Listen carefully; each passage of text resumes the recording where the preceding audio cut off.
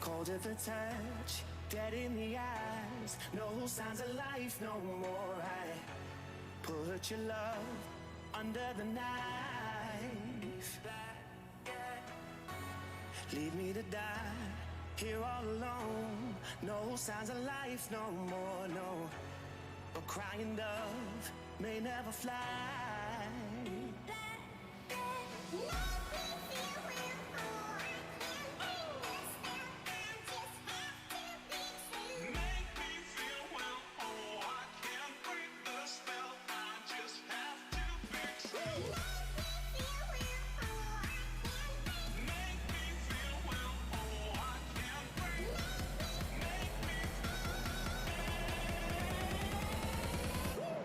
Black and white.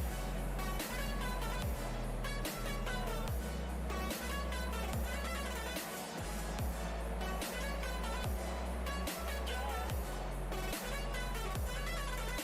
and white. Oh, oh. Oh, oh. It's black and white.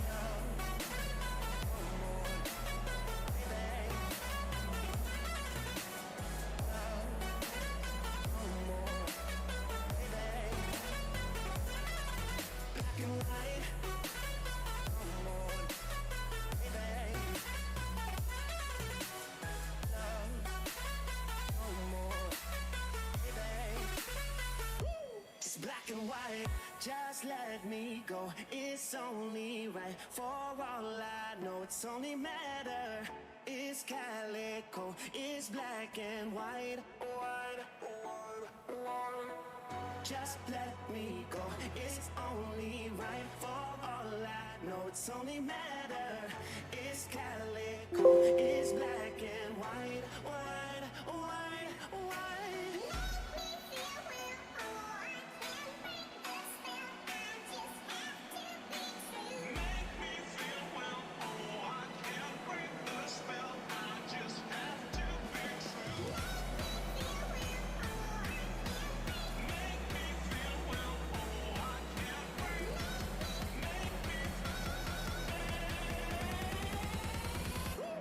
Black and white.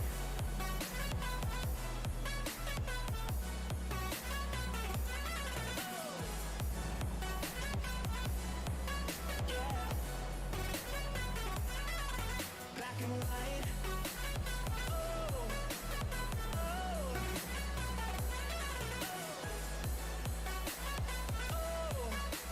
Oh, oh. It's black and white.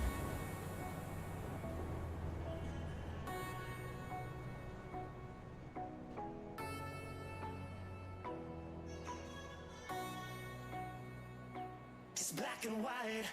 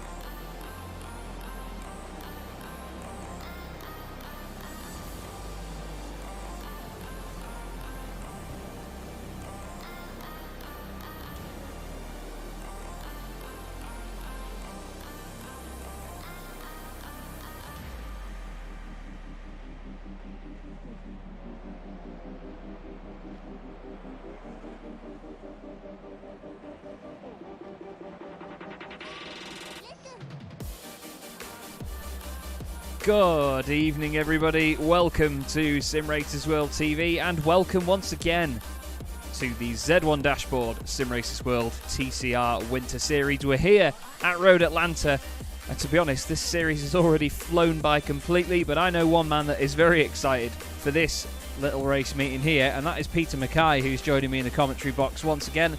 Peter, we've had an insane first two race meetings, and, well, this is going to be the gem on the calendar for you, isn't it? Oh, absolutely. We're here at one of my favourite circuits in the world, Road Atlanta in beautiful Brazelton, Georgia. And a circuit very well known for sports car racing nowadays with the Petite Le Mans race every October. But these Audi TCR cars, we do see them in the Michelin Pilot Challenge. You'll actually see some of the logos on some of the cars for that championship, and they do come here as well. So this circuit, honestly, it could be made for touring car racing, though. Big curb strikes. We're going to see some proper two wheels up in the air action today. So I'm very excited. And we're going to see some good overtaking opportunities as well. Down into turn 10A and 10B at the chicane. Watch out for some dive bombs there. There really will be. Plenty of overtaking opportunities and all of the opportunities for some brilliant racing. We'll have a quick look at the championship standings though, because one main thing you will notice tonight is that the drivers have now been put into classes. Now this is something that we did in the Simracersworld Formula 3 series. We've got the Academy, Consistency and Precision classes. The Precision being the, in inverted commas, fastest, Consistency in the middle, and then Academy a bit further down. The Academy class only has 10 drivers in it, just to make sure that's a bit closer in terms of the fight, because in the Simracersworld Formula 3 series we had a few breakaway drivers and it meant it was a little bit of an unfair fight for some of the guys further down. But it's Rob Sutherland 2 points clear of Jürgen Knockaert at the top of that one, with Joachim Gulbrandsen only 1 point behind him. Neil Stevenson another 11 points back, tied with Daniele Giudici. So nice and tight in the Academy class there further down the order. Consistency in the middle though is another big one. Michael Blake with 171 points from Paul King and Anton Dupin, 20 points between them, but we saw Michael Blake having a great round at Watkins Glen just last week. Ashley Gaffall is in 4th place, Jessica Myers 5th with Brown class, Scott Angelo, Lewis Ward all queuing up behind with not many points between them either, to be honest, and I think that's going to be a very interesting championship. But unsurprisingly, Peter, we have, well, Corentin Guinez top of the standings in Precision by quite some margin. He has just been exceptional, hasn't he? Just, I mean, 2 wins and a 2nd place in both of the opening meetings, and in the type of motorsport like this that's so unpredictable and so hard fought, that is just exceptional. So Damien Harris and Corentin Guinez's HM Engineering teammate Norbert Leitner, they've got a lot of work to do, so they'll be really hoping to try and get some points in the bag over their French rival, because if they don't, they're going to be really up against it for the championship. They are indeed, and someone who wasn't quite up against it last season is this man, Miguel Freitas.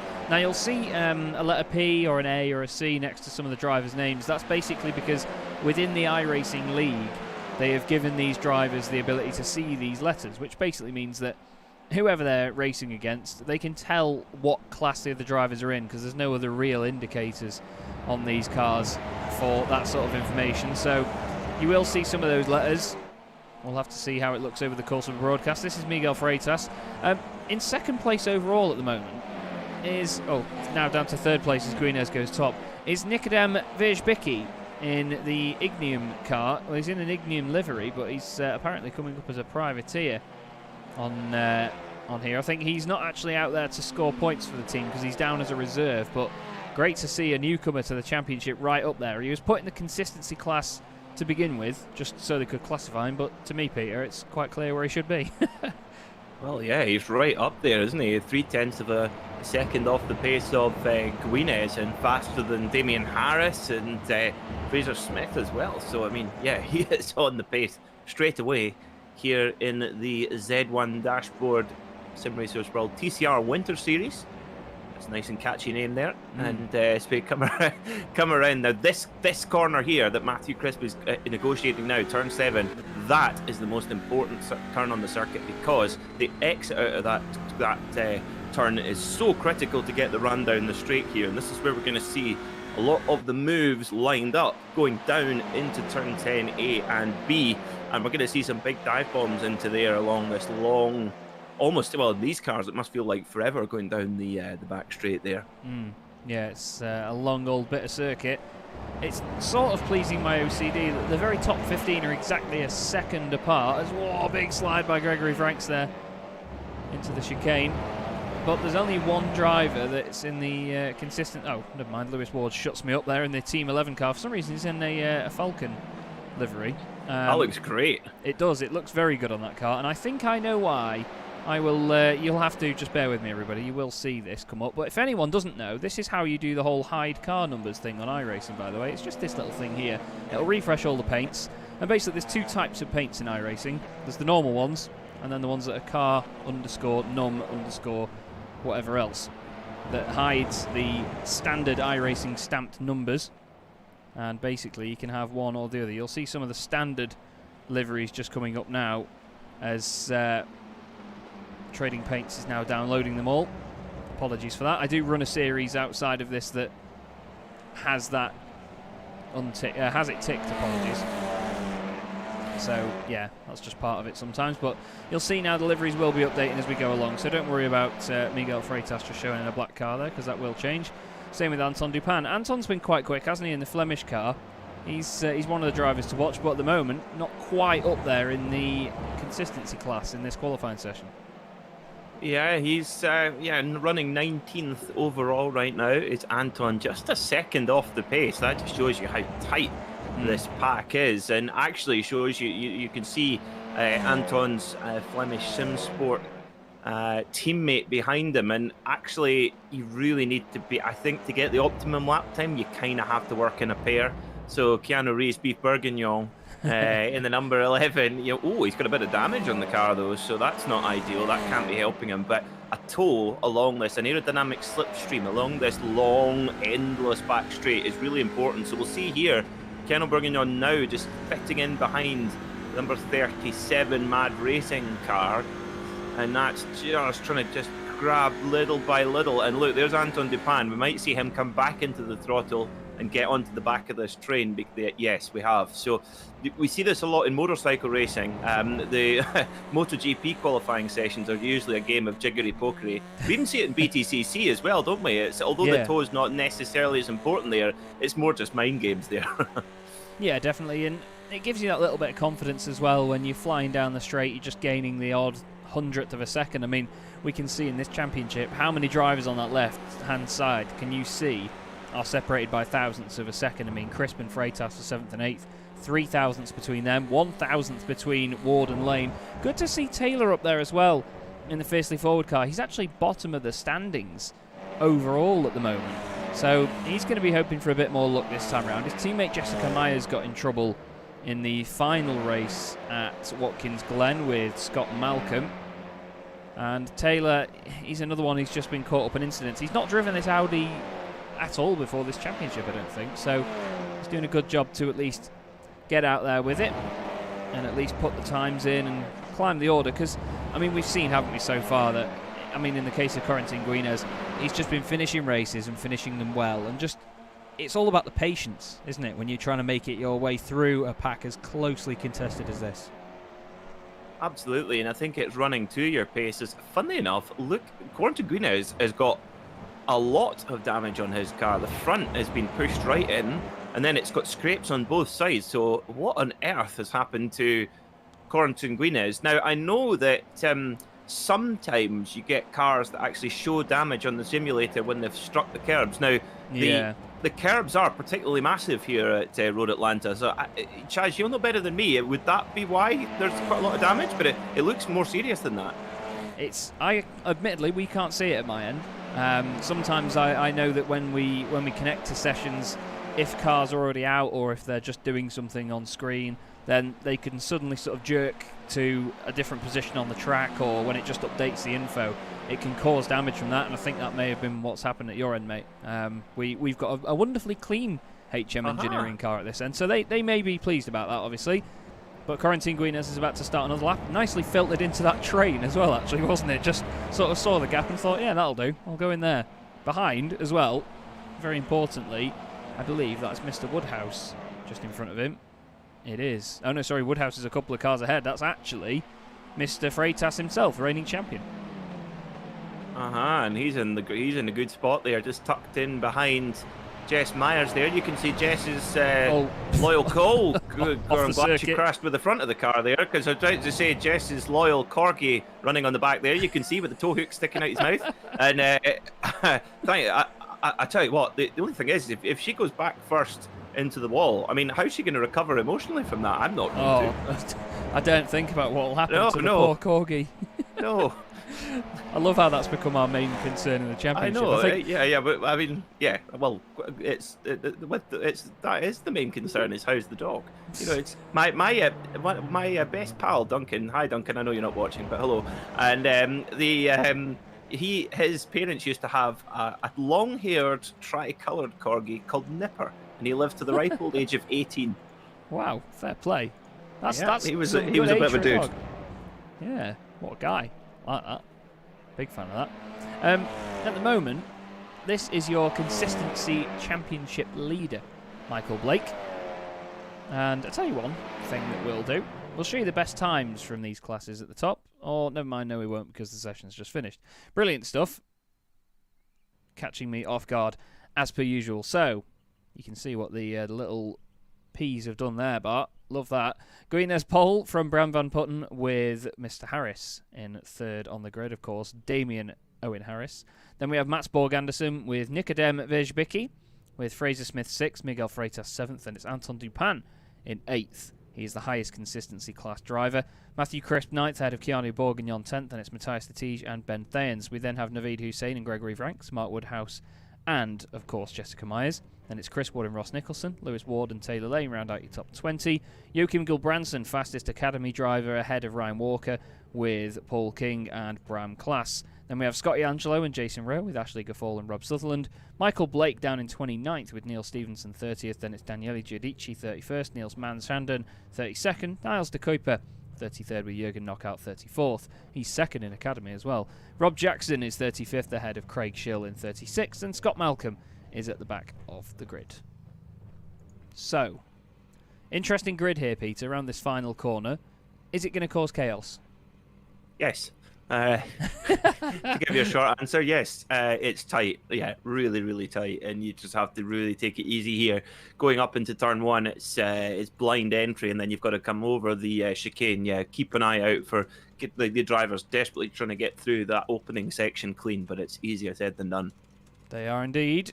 So it's now going to be time to get the race underway, and the first of 3 races tonight. Don't forget we have 3 20-minute races. We have this one, and, well, I was going to say 2 more, but we have this one, and then, of course, we had a couple of let's say casualties from the reverse grid race, which is the 3rd race of the night. The second one is based on the grid. Sorry, is based on the finishing order of race 2. I've butchered that explanation. Let's get some racing underway, and hopefully they'll do a better job of racing than I will of explaining that. So, round 7 is underway, and it always looks like such a sedate start from these cars. Scott Malcolm didn't actually make it to the grid. You'll see him filtering his way down the order. Corentin Guinness tries to defend into turn 1 from Bram Van Putten.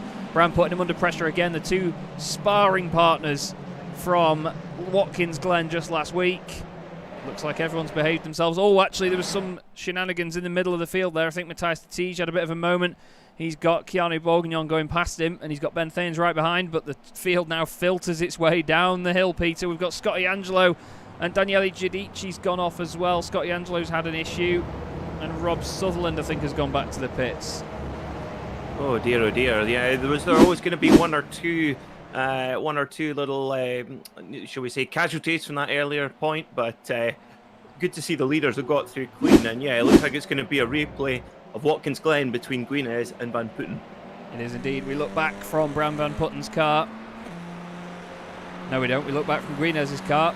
Get your hat on, Chaz. Look at the run down there. Now, we do always say that the toe in touring cars isn't usually that bad, but when you've got a straight this long, you want to make sure that you make the most of it. I've watched a few TCR races around here before on iRacing, and it does make the difference. That is aggressive stuff from Bram Van Putten across the front of Corentin Guinness. Really makes him work for it. Fraser Smith is going full send down the inside of Vejbicki. That was a bit late, but Fraser pushes him out of the way. But yeah, that's the beauty of front-wheel drive, isn't it? Yeah, you just plant the foot and just hang on for dear life. But yeah, Vejbicki managed to recover, did lose a whole load of spaces. That's the disadvantage of front-wheel drive tuning car racing, is that there will be 10 guys behind you ready to pounce and take the position. Oh, as you see, Freitas is off, and I think that's Dupin behind him. No, it's Keanu Bourguignon. Oh dear, and they try to come on safely. That's not easy there. Oh, look at that. Freitas has to go straight on. He'll have to give away a whole load more places, and look at the train going by. Disaster for the champion, the defending champion there at the S's. It's so tricky, but he manages to finally filter back in near the back. Yeah, he just manages to slot in, doesn't he? But it's not easy. You can see there as well, actually. Bourguignon is having to serve a slowdown. 4 wide at one point there. The number 98 machine going through the middle of that as well. That's Lewis Ward in the Team 11 car, so it looks like, no, his livery hasn't updated, actually. It looks like he has put the Falcon livery on that car, so I'm not sure what Team 11 will think of that. We've got a car getting pushed out wide there. Phil Branson gave Bram Class a bit of a shove on the exit of the corner. Now back to the front. And here is the slipstreaming battle. Now, Damien Owen Harris in third place has got a great view of this here, Peter. And Guinness sideways into the chicane. Manages to hold it. He's going to give Bram Van Putten a bit of a tap. Behind him, Mats Borg Anderson wants a piece of it. He's flashed in the lights as well. And there has actually been a rule change because of Fraser Smith and his serial flashing last week. And no, we mean with the headlights. But he's not him necessarily has been told off, but they've basically said you're not allowed to do it on the way into a braking zone or during a corner. It has to be on the exit of a corner. As Fraser Smith says, shut up, Chaz, ignore my light flashing and watch me put the fastest lap of the racing, because there you go. This is Ross Nicholson defending from Jessica Myers, and then her teammate Taylor Lane lining up behind to have a go as well. Ross is having to work hard here, and he's been working hard all season, to be honest. He's had a bit of I always say he's had a rough ride, but he genuinely has. But these cars, it's hard to defend, isn't it, really, when you're against such close competition in a car that you can't really feel like you can push it that hard because of the understeer. Yeah, it is. It's a really delicate driving style required. You've really got to try and carry the speed around the corner. And, like you say, the understeer is just horrendous if you're used to a rear-wheel drive car. Or, to be honest, even four-wheel drive isn't as bad as this. But here you can just put in as much steering lock and the car just goes straight on. So you have to really coax it and use the brake to turn the car, lift off the throttle and let it cock its rear wheels round as well. It's once you get the hang of it, it's properly good fun. But really, really tricky. And it's tell you what, it's asking a whole bunch of Audi drivers not to flash their headlights, Chaz. I mean, that's a bit of an ask. Oh, it is indeed. It really is.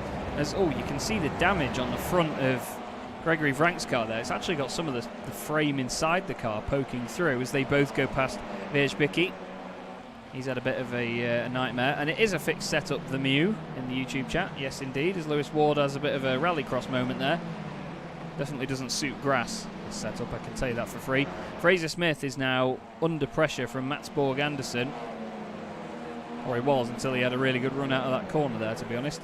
Paul King is in that battle with Lewis Ward. I think Lewis got past him at the first corner. Paul having a bit of a blink in and out there, I'm afraid. And that's not going to help him or anybody else around him. But at the front, Bram Van Putten's doing a good job of holding on to this at the moment, in my opinion.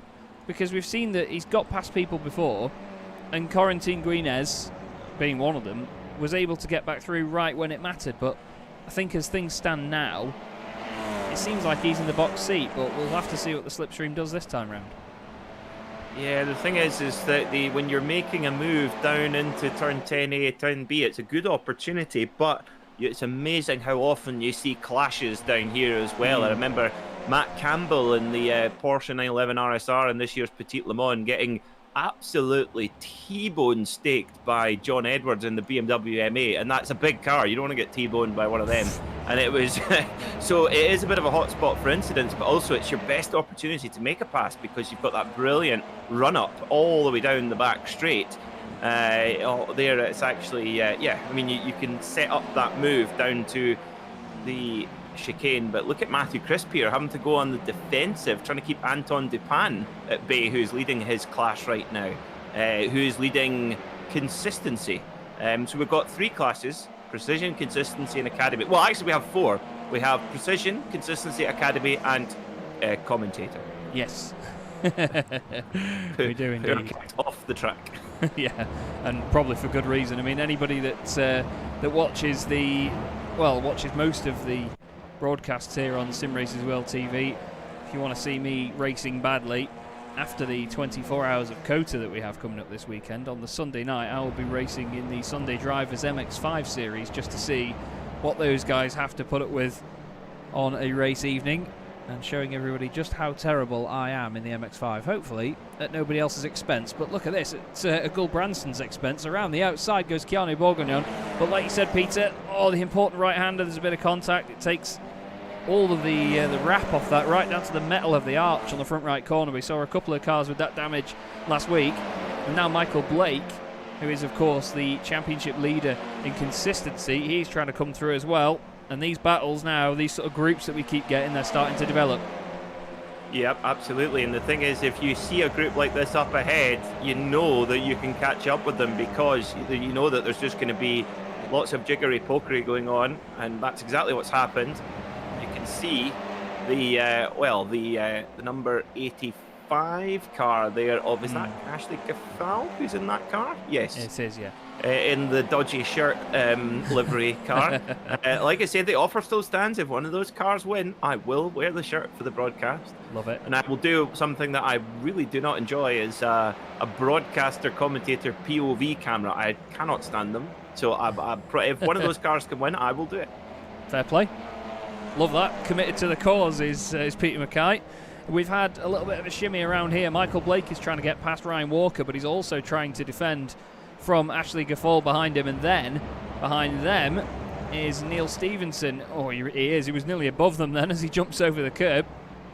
Big jump in the air. It's easy to do that as well. You can definitely launch yourself off that curb, but it's so close in front of them. Taylor Lane is actually side by side with Paul King here in the Ignium Motorsport car. He's trying to chase down Lewis Ward.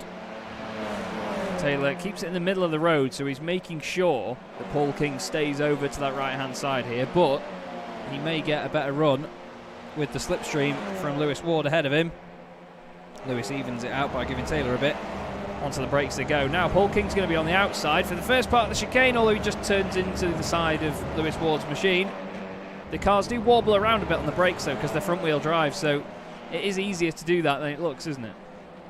Yeah, and they actually do have ABS, these cars as well. Apparently there's two different versions of the RS3 LMS TCR, and one with ABS and one without, and this is the one with ABS apparently. Interesting. And yes, it kind of feels like the car is just standing on its nose on the brakes, and yeah, it can get a little bit squirrely, or as funnily enough, that's very apt, because Wolf Hensler, who used to drive for Team Vulcan Tyre, he always used to say when he came into the pits, he'd be like, the car is very snaky in the braking, and it basically meant it was pitch sensitive apparently. Oh, fair enough. So there you go. I mean, I've driven this car a couple of times, and not very competitively, but it really does feel like when you do stand on the brakes, it wants to go one way or the other, and any sort of steering input you do, it doesn't control where the front of the car goes, it just sort of controls which direction the rear is going to keep veering, and they do just float around on the brakes. It's very odd. Someone that's not going to want to float around on the brakes is Bram Van Putten. He's now getting onto absolute pins at the moment, because he's got Corentin Guinez all over the back of him. But Bram was putting his car on the apex at just the right time. So Corentin Guinez couldn't quite find a way through. I wonder if he's called himself Quarantine Guinez over the course of lockdown. As down the inside, there's nothing quarantined about that. Chucks it down the inside into turn one. Bram manages to carry the speed. But Damien Harris is going to sit here, Peter, absolutely loving watching this, because it's just making sure that he stays with them. Yep, he is harassing them, you could say. I thought I would join on the pun train there. Since you got, I wouldn't want to leave you on your own, Chaz. You know, I wouldn't leave you hanging there. As you see, just bangs it into fourth gear. And what amazes me as well with these cars, they've got quite punchy little 2-litre turbocharged engines, which is kind of like a spec engine over the spec. Yeah, you've got to basically make it to the same spec as the other manufacturers in TCR racing, and it's really strange. You're always in a gear higher than you think. It's bizarre. You think, oh, I should definitely be in third gear, and then you go through in fourth with it on the limiter, and you think, that's so strange, but it's just the way, once you get used to it, it's fine, but it really always feels that you're in a gear too high. So you can see there, Damien Harris is popping it into sixth gear. Is he going to make a move? He's on the quarter panel, he's showing himself large in the mirror, ducks out of it, just noises. They're all just sizing each other up, aren't they? It's just, like you said, sparring partner. There is a bit of sparring going on there. Oh, Mark Woodhouse down the inside of Gregory Franks. Gregory turns it in, hoping for the slight overlap there as they switch around, but no such thing. Here's Joachim Gulbrandsen fighting with Ryan Walker. Onto the brakes he goes. That looks like it's going in hot, but no, gets it stopped. Absolutely love it. On the throttle, on the exit. Neil Stevenson and Ashley Gaffall have just swapped places as well. They've still got Michael Blake behind them. Michael down in 26, so he's not having as good a race meeting as he had at Watkins Glen. The top couple now, the top three I should say, are now 1.1 seconds ahead of Fraser Smith, so they are starting to break away just enough here to start breaking that slipstream, I reckon. But if they work together properly, then they could definitely get rid of that, because of course Mats Borg Anderson is still there for Sharebox TC Motorsport, trying to hold on to Fraser. And then you've got Matthew Crisp, who's in a bit of a sort of no man's land at the moment between them, Anton Dupin and his countryman Matthias Latij. Naveed Hussein is 9th. He again is in a bit of no man's land, and he's got Ben Thanes behind him.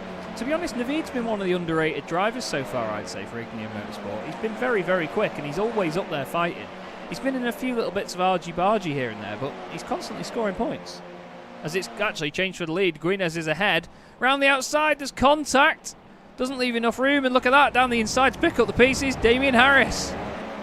Oh, there he goes then, Damien Harris in the 503, fiercely forward machine, and oh, look at Brand Van Putten in the G-Drive car, going up the inside, and Guinness shuts his nose off as they go into turn one, and that is amazing, isn't it, Chaz? As soon as we thought that the draft was broken, just the tiniest little bit of fighting, and whack, Fraser Smith is right back on top of them. That is touring car racing at its best. It is indeed. A bit of he a got big loose there, didn't he? Oh my word. I think it was a bit of avoiding action there from Fraser, because he saw the car slowing up in front of him. He just had to straight line it a bit, and what we were saying about this car before, where it moves on the brakes.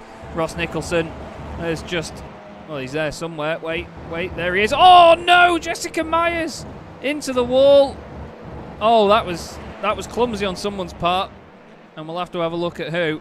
I want to go back though and look at what happened with that move for the lead, because Corentin Guinness got past Bram Van Putten here, and as they came down the hill, I want to see it from above on a chopper cam, just so we can see, because I don't think Corentin left the room on the apex. Oh, I don't know. Bram's whole car was on the curb, in all fairness, but I think Corentin could have left a bit more room. But we all know how difficult it is to do that down there, to be honest.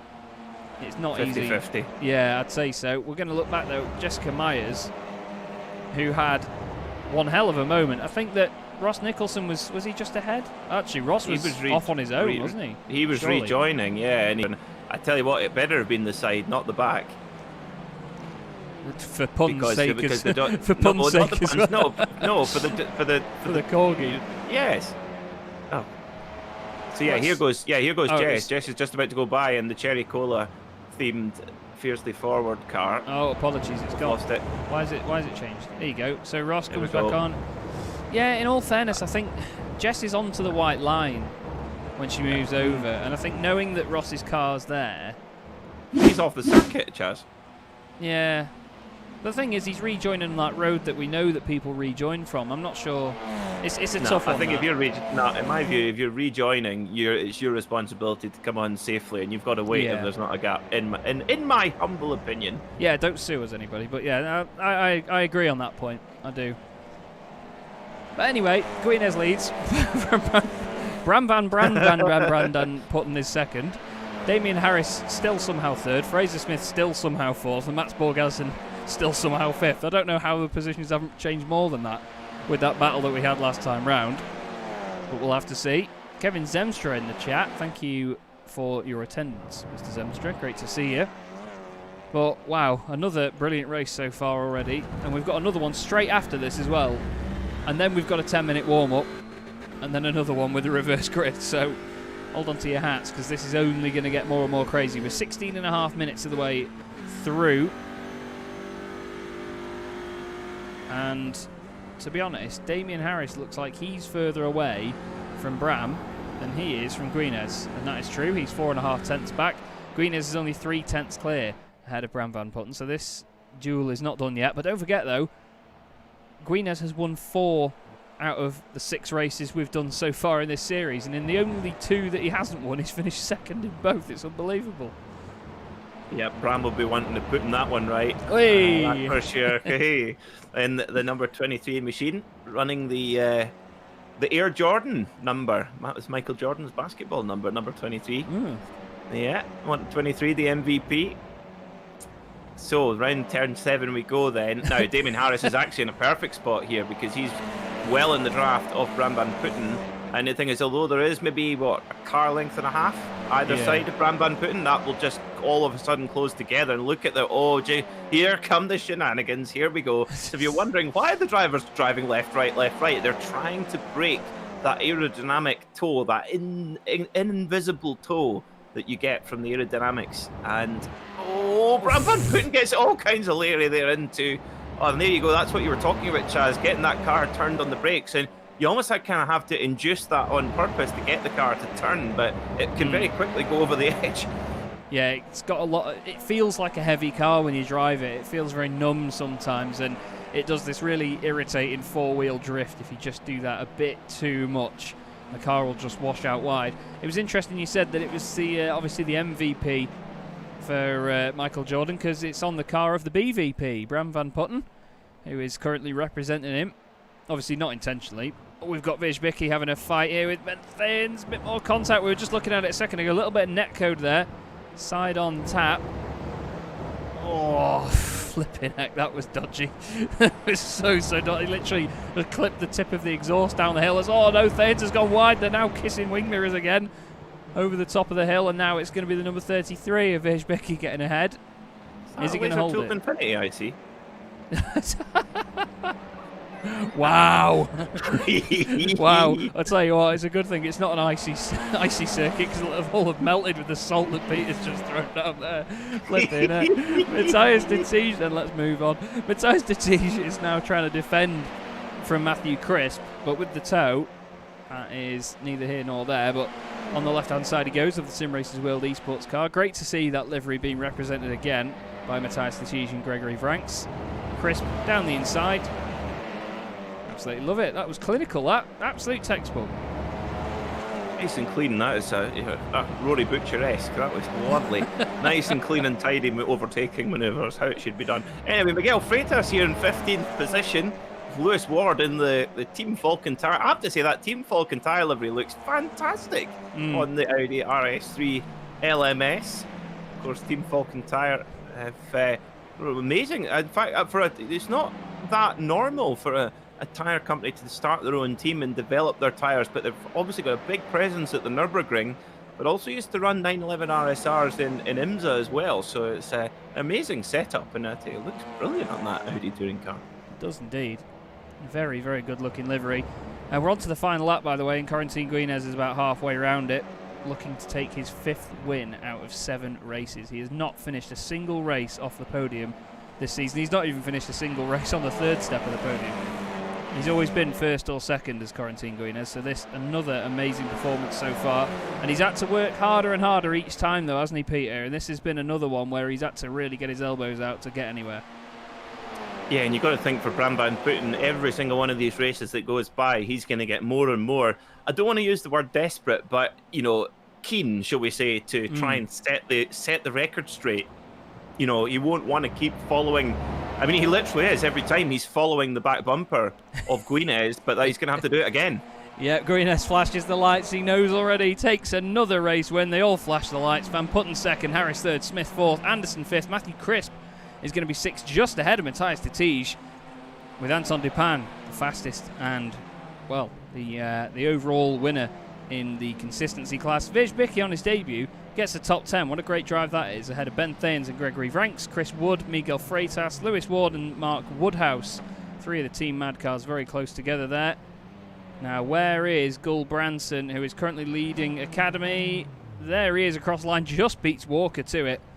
But Gull Branson takes the class win there in the Academy class. Great drive from him to get the job done. And a top 20 as well. It's not a bad result, really, when you think about it, with how tight this field has been.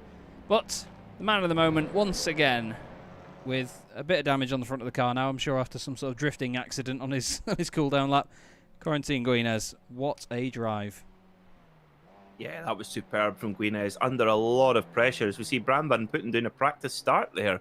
Now that's a pro, isn't it? Yeah, he's he's just willing to give everything on this second race start. Don't forget though, everybody, we do have another 2 races coming up. And here is the grid for the second one, Peter, if you'd like to do the honours, mate. Oh, thank you very much. So, Quarantin Guinness starts on pole position alongside Bram Van Putten, with Damien Harris and Fraser Smith on row 2. Matsborg Anderson and Matthew Crisp start on row 3, with Matthias de Tige and Anton Dupin on row 4. Naveed Hussain in the dodgy shirt car in 9th, with Nikom Wezerbicki in 10th, with Ben Thanes 11th, and Gregory Vranks in 12th. Chris Wood will start 13th, with Miguel Freitas in 14th. Lewis Ward starts from the 15th spot, with Mark Woodhouse, a reverse grid winner from round 1, in 16th spot. Taylor Lane and Paul King will start on row 9. Keanu Bourguignon on 19th, with Jochen Gulbrandsen 20th. And that is all we have time for. We are off already. I was going to say, not as fast as you, Chaz. These guys love to just get straight back out there with another race. So we've got the finishing order of race 1 as the grid for race 2.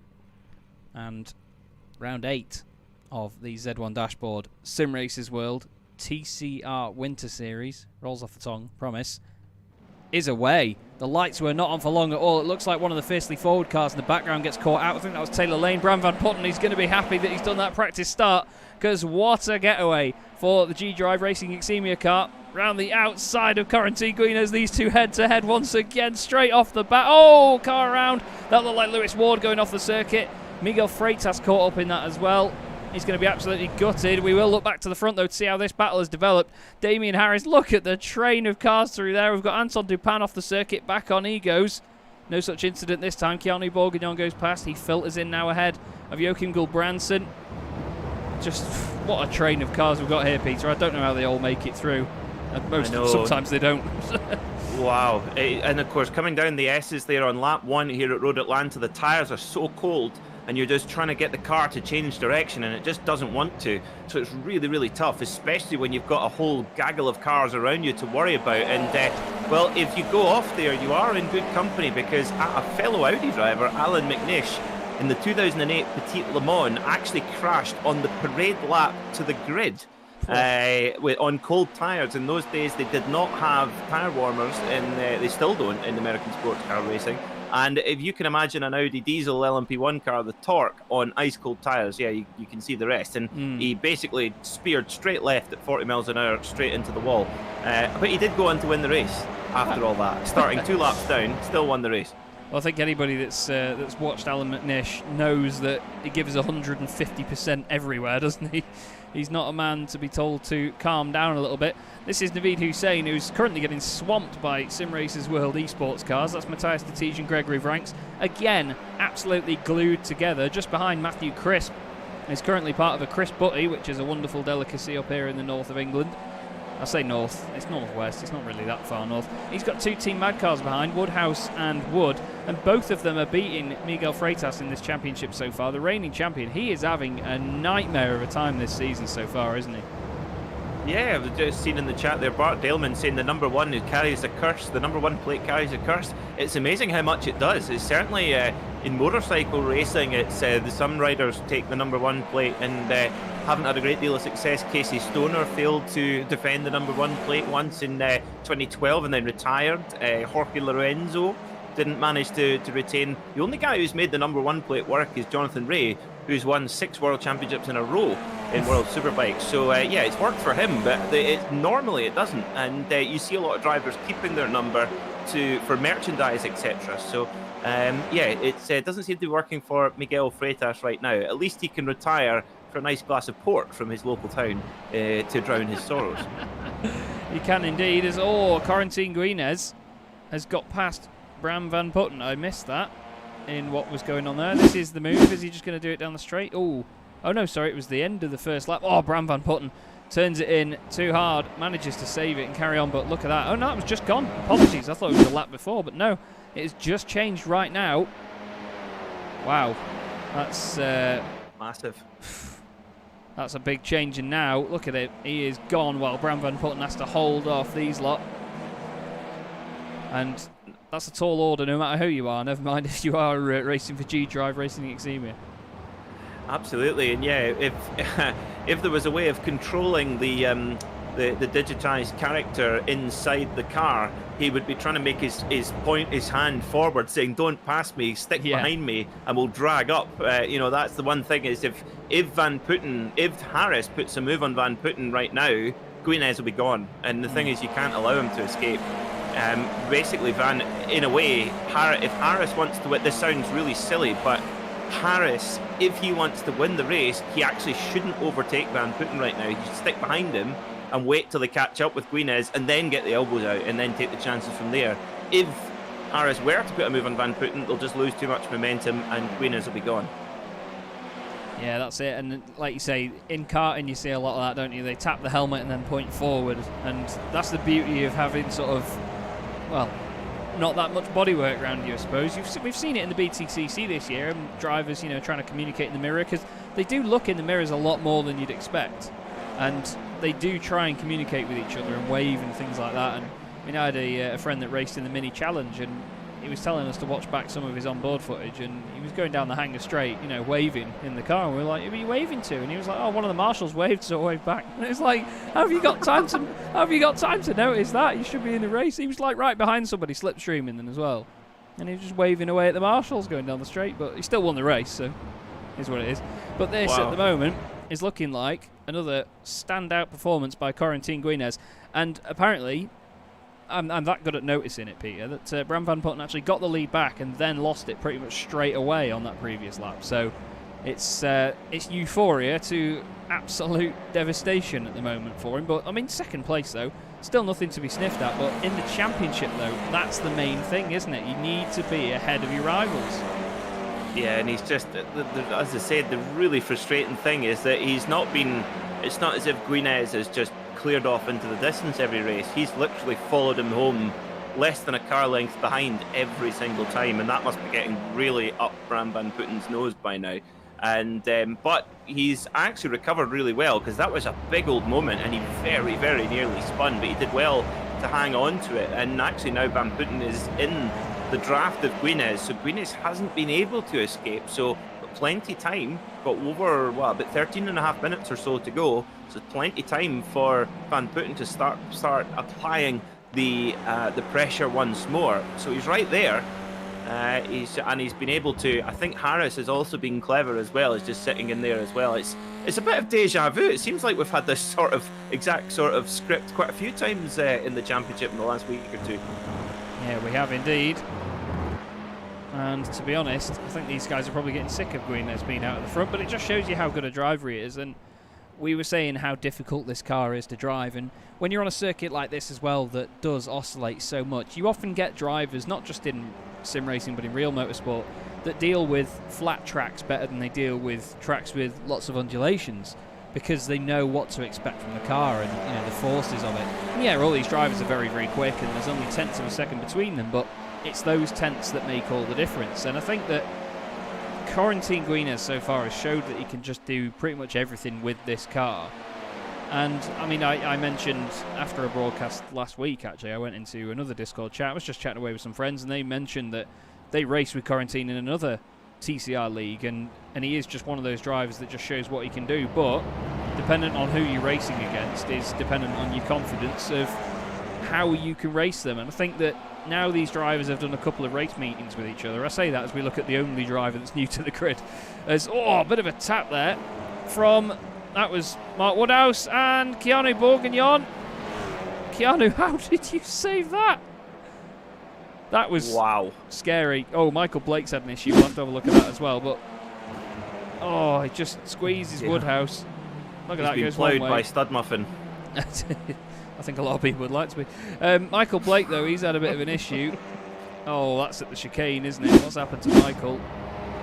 He's got Niels de Kuiper behind him. Now, we saw Niels make contact at the start of the round. There's something wrong with Michael's car, actually. I think it's got a front right puncture. The front right was looking very suspect. But he's, unfortunately, lost out there. And he's back in the pits. And that, of course, is his championship lead that he's trying to defend. Yep, that's not a good. You can't afford these no scores. They are really not helpful indeed. So look at Chris Wood, his teammate, brethren at Team Mad, with Matthew Chris right on the gearbox there in the fiercely forward Bumblebee spec machine. We've got the Bumblebee spec, the yellow and black, and we've got the Cherry Cola, the red and black fiercely forward cars as well. And Bumblebee goes through. Great move there from Crisp and clean. I think Chris Wood might have got a slowdown penalty for that. There's Brown Class just tries to turn in. Tries to turn in, a bit of a tap on the rear arch there of Joachim Gulbrandson's car, but now he's got Anton Dupin literally pushing him down the straight. He's just saying, get out of the way, there's no point flashing the lights, because all they'll do is just make the rear brake lights of Joachim's car a bit brighter. Through goes Anton, down the inside, car wobbles about a bit, leaves him a bit of room on the exit. Now they're going up the hill side by side. We know that this doesn't work. This is going to really hold them up if they continue to pursue this. Over the curb, swaps round. Now look at this. Down the inside, Brown Class is going to try and get through there as well. Down the S's again. This is such a momentum part of the circuit that if you're battling down there, you're just going to hemorrhage time, aren't you? Yeah, definitely. And that's certainly what's happened. But, you know, when you're in the middle of a battle, you can't really yield either, because you'll just get absolutely swarmed. And I think that's what Anton Dupin had to do there. Could not show any kind of weakness whatsoever. Just had to hold his ground. Now look at Bram Van Putten. He is right on the bumper of Guinness. Smith has got past Harris, interestingly, and just a slight breakaway now from Guinness and Van Putten. But all it will take is one move from Van Putten and they'll come back together. Dear. Matthijs de Tige. We've had the Chaz curse is that we look at a driver and then as soon as we look away from them, they have an accident. And that's unfortunately what happened to de Tige. This was on the previous lap. Fraser Smith just nicely down the inside. Bit of a drift on the way in. That was gorgeous. Absolutely love that. de Tige on the following lap, though, had his own issue, and Miguel Freitas has had an off and crashed as well, so we'll have to have a look at what happened there. Oh, Freitas just gets a hit. Sorry, de Tige getting a hit there from Naveed Hussein in the Ignium car. Now, what happened to Miguel Freitas? He was further down the order. He was a lap down at this point, I think. Side by side with Bram Class. Oh, he runs out of room. Oh, and wow, Bram, I don't know whether that was intentional or not, but it looked like Bram potentially lost the rear there, and it just spat the car out to the right. What do you reckon? I don't know. For whatever reason, I'm not getting the replays on my screen for some reason. I don't know, but it seems to be an issue with the SDK at the moment. But live pictures are fine. Oh, okay. But which is strange, isn't it? Very odd indeed. But yeah, it looked to me like Bram a little bit right hand down there, a little bit naughty, but that's for the stewards to decide, not for me. And this is Vishbicki trying to go around the outside of his teammate, Naveed Hussein, who's trying to hold off Gregory Ranks. Now that is literally like trying to hold off a very aggressive Alsatian with a Freddo, in all honesty, because Gregory Ranks always manages to find a way through, if I was being completely honest with you. Naveed is really trying, moves over a little bit on the straight. I always tell drivers not to do that, indirectly through the stream. And Gregory just down the inside with his little BMW M badge on the back of his Audi and up into 7th place. 5 places gained now for him. Jessica Myers has gained 16. Yeah, she has up to 20th spot now for Jess, with the corgi on the back bumper there, making her moves through in the Cherry Cola sponsored Fiercely Forward machine, the number 117. And I think, is that a Daniel Ricciardo replica helmet? It looks like it. Let's have a look. Let's go on board and just see if we can tell. Oh, I can't see it from mine. It is, yes. It's in the mirror. That is a Daniel Ricciardo replica. Love it. Very cool. Nice spot. Good choice. Nice spot, mate. So, Jessica then trying to continue to make progress in this battle. At the moment, she's got Niels Manchanden and Bram Class just ahead. Niels looking down the inside of Bram. Bram's been knocked about a little bit in this race, and I think he might have just got sick of it a moment ago.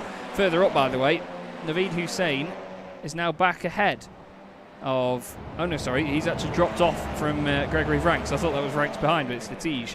He's got Ben Thayens now stuck behind him in the number 69 G-Drive car.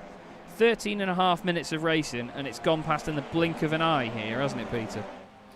Oh, yes, it certainly was. Yeah, there was a bit of contact there coming through the final corner at turn 12. My apologies, 12. And oof, that was close. But yeah, it has gone by in a flash. And God, we've got one more to go as well. And I have to say, this sounds odd, but I'm quite looking forward to warm up as well, because we get to talk even more rubbish than we normally do during the races. We do indeed. We do indeed. We'll get. We'll see what facts Peter's brought with him this week about this circuit, and hopefully none of it's drug related like it was last time. But Detige then, he's now into the top 10 on the back of this fantastic battle between Thanes and Naveed Hussein. Naveed has been defending so well so far, but you've got to think with that G-Drive car behind him of Ben Thanes, it's going to be a case of when, not if. Out of the right-hander they go then, onto the back straight. I do love a centre exhaust, by the way. I think they look absolutely fantastic, but I'm quite a fan of when the cars are just more function over form. They're not quite in the middle and they're at a slight angle, you know what I mean? Absolutely, yeah, indeed, and yeah, they certainly are purely functional here on these RS3 LMX TCR machines. And I have to say, if you could we have a bit of Brussels sprout park cam? There we go, riding on board on the exhaust. There is another car there somewhere, and it is Ben Thanes. You'll see Detige on the right any second now, but look at the run from Matthew Crisp. He's looking down the inside, no such luck there. Where's Detige in all this? Oh, there's contact! Straight on. Oh, and into the wall goes Ben Thanes. iRacing does its thing. Wow. Now, who could you blame for that one? Did he just go in too hot? I think he did, you know. Yeah, I think strange one there. I think he just went straight on, hit the brakes, and yeah, he just got a bit of a tap and round he went. So not so good for Thanesy there. That was a real shame. That I think Detige wanted to commit to the corner as normal, but just hit the back of his car. Scott Malcolm is the driver that's trying to climb his way up as well over the course of the evening. Jessica Myers has now gained 19 places, just a few positions ahead. Now the two of them came together at Watkins Glen, and we're hoping for none of the same. There's two Ignium cars between them, and they are the two teammates of Ashley Gaffal and Niels Manchanden. One in the white Ignium car, the other one in the black Ignium car. Both of them look very good indeed when they have the spec maps on. But Jessica having a great performance so far. Scott is just managing his evening, and when you've got a couple of races per night, that's how you have to do these things, isn't it? You have to just manage the night overall and make progress bit by bit, rather than going all out to make as many places in one race and sort of ruin your own night. Yeah, that's the idea. Is you've got to, yeah, like you say, take a whole view over the whole meeting of 3 races rather than just go absolutely maximum attack straight away. Now, what's this now? I wonder if this is damage that Matthew Crisp took with that incident with Ben Thanes. I suppose it must be. Had to come in. That's a pity. Quite unlucky there. As Fraser Smith defending hard from Harris, and that is actually, I would have expected Guinez and Van Putten to have escaped more with this going on, but perhaps they're having their own little brawl of their own, and we're starting to come into the business end of the race now. In fact, it'll be 2 to go when we go over the line, possibly even 1 to go. In fact, the mass. No, 2 to go. Oh dear, Matthew Crisp had another problem. Yeah, Matthew Crisp has gone off the circuit, and Ashley Gaffal has gone off the track as well. Not quite sure what caused this. We've also got, there's a bit of a tap going up the hill, and on the way in, just wheel banging. That's a humongous hit for the number 85 car. Ashley was out of shot, we couldn't see him at that point. We've had Craig Schill unfortunately have a moment as well. I think he might have just, he's just getting out of the way of all this lot. He's quite new to iRacing, is Craig. He's just trying to be as helpful as he can and get out of the way, bless him. And sometimes the drivers that try and get out of the way end up parking it on the apex and getting in the way. But no such thing from Craig there. He just thought, stuff it, I'll take to the grass. But 2 minutes to go, Peter, and these pair are still at it. Yeah, absolutely. And you got to think that Van Putten, he's going to be the man who's just desperate to get this win. He's been so close so many times. Guinez, he's probably relatively relaxed. He knows he's got a good bunch of points on the board. He doesn't need to do anything too daft. And he's just so steady as the Frenchman. I tell you who he reminds me of, Chaz, and you'll like this. he's a bit of a Laurent Aiello, isn't he? He just not Yes. make mistakes. Just leads from the front and just makes everybody else's life utter misery. And he's French as well. Oh, Detige dropping down the order. The comparison. Great advertisement for Arai helmets there by Matthias Detige. But unfortunately, he's not done much for his race. He's going to... Okay, that is a known glitch within iRacing when the cars run really low to the ground. If you hit a certain type of curb hard enough, it launches the car. And let me tell you, that would have scared the life out of Matthias Detige, because when you're just driving over an innocent little curb, you don't expect that to happen. It's a shame to see that still happen in iRacing. Van Putten goes. Has chucked it down the inside, and that was tidy. And Corentin Guinness took a very wide line there, didn't he, just to try and defend that. It just didn't quite work for him. Yeah, but I think he's gonna get the cutback. I think he knew that Van Putten was gonna go, so he just assumed that would be the case, and then went for the cutback, so he got a good run towards turn 1, which he has done. And he's right on the gearbox now. Also, this is now the last lap. Has Guinness played a strategical blinder here by letting Van Putten go through, just taking his normal line, and no, Team Corky's off. What has happened? I'm impartial, but no. Oh, and it's not on the side where the Corgi is, but straight into the concrete barrier. That was a big hit there for Jessica Myers. That was one of the Ignition cars just behind. Just trying to find out which one that is, to be honest. Is it Niels Manchanden? He's gone in the pits since, I think. That's a real shame for Jessica, but with only a couple of corners to go, this is what Peter meant. Is Guinness now in a position to get the slipstream and take back that race lead with just a couple of corners to go? They go back down the back straight. You can see, look, he's not weaving aggressively enough to break the toe, but if he does weave too aggressively, then he's just going to slow himself down. But I don't think Guinness is close enough to try this. He's going to have to be something special on the brakes. Bram Van Putten late on the brakes himself. Guinness pitches it in. No overlap for him. It looks like Van Putten's going to get the run out the final corner and take this win. He's beaten him at his own game, and it's a win for Bram Van Putten in the Z1 dashboard. Simracersworld TCR Winter Series. Corentin Guinness fought him to the line. Fraser Smith on the podium ahead of Damien Harris. Mats Borg-Andersen, what a great night he's having. And Vij Bicky is not quite going to beat Gregory Vranks to 6, although he slows down. He must have got a slowdown penalty. Naveed Hussein beats him across the line. Chris Wood, I'm not sure whether he would have served that penalty all the way. Gull Branson's going to take another win in the academy class as well, Peter, and it's actually King that takes the win in consistency as well. Indeed, yeah, and I tell you what, we are game on for this championship. That has changed everything for Bram Van Putten. He's now got that win. He's got the monkey off his back. Now we're going to have the reverse grid race where Van Putten will start from 10th, Guinness will start from 9th, and we'll see how they get through the pack together. And I tell you what, Chaz, I'm convinced of it. Now that Van Putten has that win under his belt, that then it could open the floodgates. And Guinness, he's now got he's got a championship on his hands now. He has indeed, mate. He certainly has, and he's got some very fierce competition up against him now. Here's Fraser Smith doing some wonderful drifting. But what we'll do, everybody, is just take you through the results of the first 2 races of the evening. We'll go through the Heat 1 results first, just to recap what happened there. Of course, Corentin Guinness took the win in that one. Barely a second, covered the top 4. Van Putten and Harris with Smith just behind. Then it's Mats Borg-Andersen and Matthew Crisp with Matthias Detige just behind them. Anton Dupin 8th, and thank you very much, SDK. Anton Dupin 8th, Naveed Hussein 9th with Nicodem Vij Bicky in 10th, and it's Ben Thanes, Gregory Vranks, Chris Wood and Miguel Freitas. Lewis Ward, Mark Woodhouse, Taylor Lane and Paul King just behind, with Keanu Bourguignon with Joachim Gulbranson rounding out your top 20. We then have Ashley Gaffall and Neil Stevenson with Brown Class and Niels Manchanden. Then it was Jason Rowe and Jurgen Knockout. Scott Malcolm was 27th with Craig Schill 28th.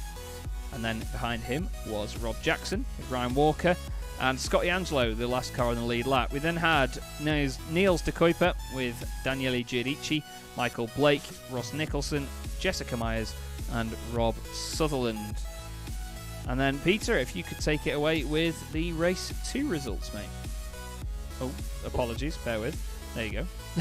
Yeah, so confirming then, Bram Van Putten, the Dutchman, winning from Cornton Gwynedd, with Fraser Smith in third and Damien Harris in fourth. Mats Borg Anderson was fifth, followed by Gregory Branks, Naveed Hussain, Nikodem Veerbeke, Chris Wood, and Keanu Bourguignon. Mark Woodhouse was 11th, with Paul King 12th and Anton Dupan in 13th. Joachim Blogel Branson, top of his class, in 14th. Scott Malcolm in 15th, Bram Clays in 16th, Jason Rouse 17th, and Rob Sutherland in 18th position. 19th was Niels Mans Handen, with Jurgen Nocker in 20th. Now, all I'm seeing on my thing is Gudici. I've forgotten his first name. My apologies for that. Is it Vincenzo? It's Daniele. Daniele Gudici in 21st, with Rob Jackson, Niels de Kuiper, Neil Stevenson, Matthew Crisp, Scotty Angelo, Ross Nicholson, and Miguel Freitas. Not a good day for him. Matthias de Tige was 29th, with Jess Myers in 30th. Ashley Gaffall was 31st, followed by Craig Schill, Ben Thanes, Michael Blake, Taylor Lane, Ryan Walker, and Lewis Ward. Thank you very much, mate. Mucho appreciate. Now, it's that point, everybody, where we will just give you the cars that are out on track, or at least taking part in the warm-up session beforehand. Peter and I are just going to take a quick break. We will get you a car to look at, but as soon as I click focus on exciting, it shows you Paul King in the pits. So that's a wonderful shot. He's making it sitting in the pits look as exciting as it's ever going to look. He is indeed. You are not wrong, my friend. But Peter and I are just going to take a quick 5-minute break just while this warm-up session is on, everybody. We'll be back with you with just a couple of minutes left to go in the session, and we'll see you in a minute.